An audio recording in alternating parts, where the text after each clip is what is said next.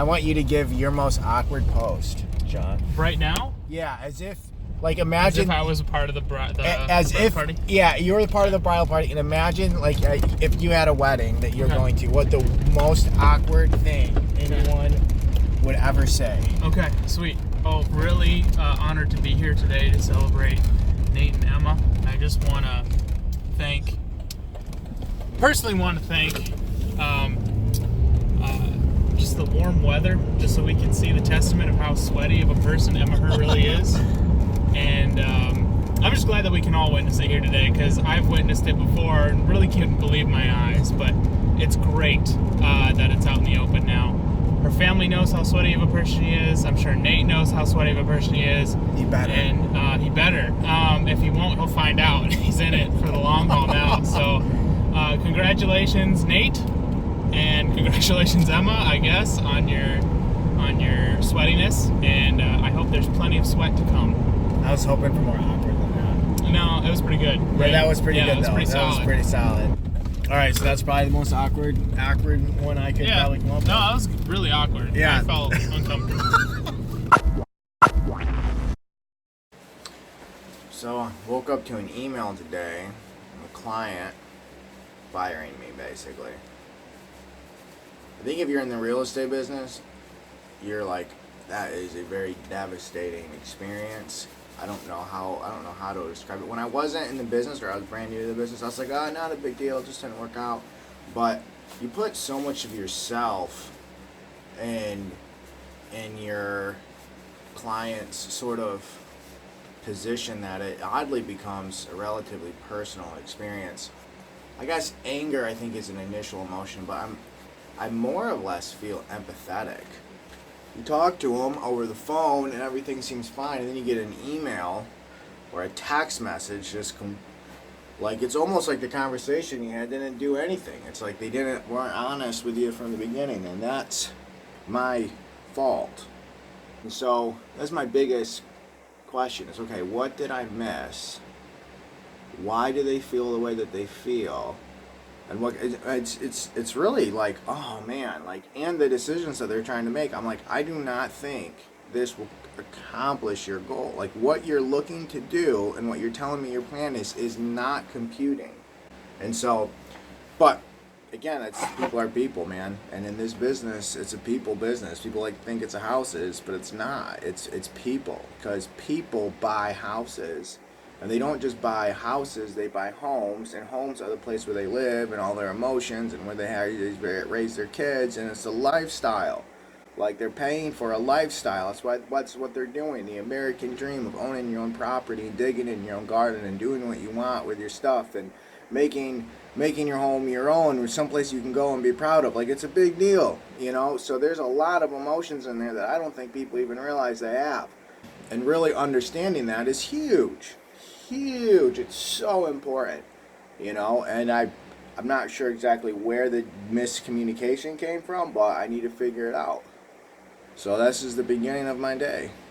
Well, there's this guy just kind of hanging out by this pole here, wanting to show off my physique. Like, I don't know what he's doing, like waiting for someone to put a cart away, you know, in gas station, macaroni and cheese, just waiting. Just like watching the guy wait for something. I'm just baffled.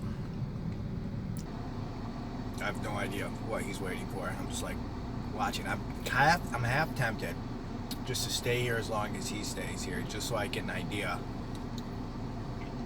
of what he's doing. I'm like, actually, I'll become more interested than maybe anyone else on the planet about what he's doing. Maybe even more than himself. He may not even care a little bit about what he's doing. I bet he's waiting for someone. We just went for a walk and was like, I'm going to stand here impatiently. I think we should also come up with ways to interrupt the wedding. Oh, for sure. You were thinking about that earlier. I was. Did you have a strong lead? I didn't really have any sort of direction. I did. I had one. Because they stopped. What they did is they stopped doing. What do they say? Does anyone have any objection as to why these two should not be today? Well, they didn't put that in there. They didn't. They took it out. They took it out. There's no prompt for it. Totally blindsided. But if there was one, I think it says who gives this bride to be wed, and Yeah. he says I do, her father. I thought about standing up and saying I do. I do. Chris does. That'd be hilarious, actually. I do. Her friend John. I approve. Thank you for asking. Continue. I 100% give you permission to wed her. I give you a thumbs up, and I will give you a second after the wedding. Oh, that is so funny.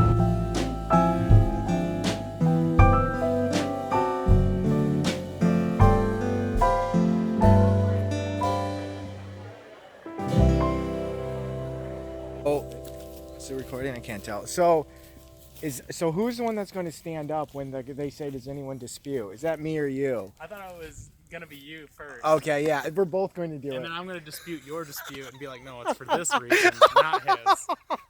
His reason sucks. We listen, okay, we're way better, and I'll tell you why.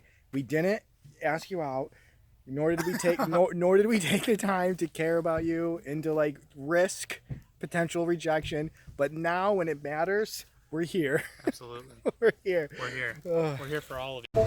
So I had a good time training. Oh man, I got so much work to do, it's unreal. So sometimes when I start throwing, especially when I start trying to throw hard, I can feel that my feet aren't underneath me like perfectly. And so as a result, it limits if I putting hard combinations together. On top of that, if I happen in a fictional universe to miss my shot, it puts me in a vulnerable position if the guy reacts or slips to it where I can't react or have defense. I also have a tendency to do like a shoulder roll, which works, kind of covers me up a little bit, but it does leave me open, and I have to be more reactive to it. So one thing about Sean's pad holding style, he is very, he's kind of aggressive as a pad holder, and he's kind of reactive as a pad holder. So he doesn't really he gives me some cues, which I have to pick up on, which is kind of nice, but then at the same time, it's kind of like I'm not entirely sure exactly what he's looking for, and so, but one thing I appreciate that he's doing is just like, hey, if I start hitting you, I want you to react to that, somehow, that's a lesson I'm trying to teach you. Love working out, so it's pretty much the end of my day. I'm going to go to church, and then I am going to hang out. So, appreciate you guys.